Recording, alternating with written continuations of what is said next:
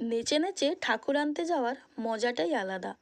বিশেষ করে সমস্ত মেয়েরা যখন একত্রিত হয়ে রোড শো করতে করতে নেচে নেচে যে কোনো ঠাকুর আনতে যাওয়া হয়, তখন কিন্তু তার মজাটা সেই চরম জায়গায় চলে যায়। তো সচরাচর আমরা বাড়ির বউরা, মেয়েরা তো এমনিতেই ডান্স করতে পারি না, সবার সব রকম পরিস্থিতিও থাকে না। তো ওই একটা সময় যে কোনো পুজোতে সমস্ত বাড়ির বউরা মিলে যখন সবার সঙ্গে এই নাচার সুযোগটা পাই, সেটা কি আর হাতছাড়া করা যায়?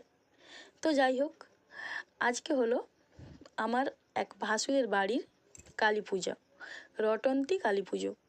তো এই কালী পুজো বহু প্রাচীন, বহু পুরনো। আমার যখন জ্যাঠা শ্বশুর ছিলেন তখন তিনি এই পুজো শুরু করেছিলেন। তো এখন জ্যাঠা শ্বশুর নেই,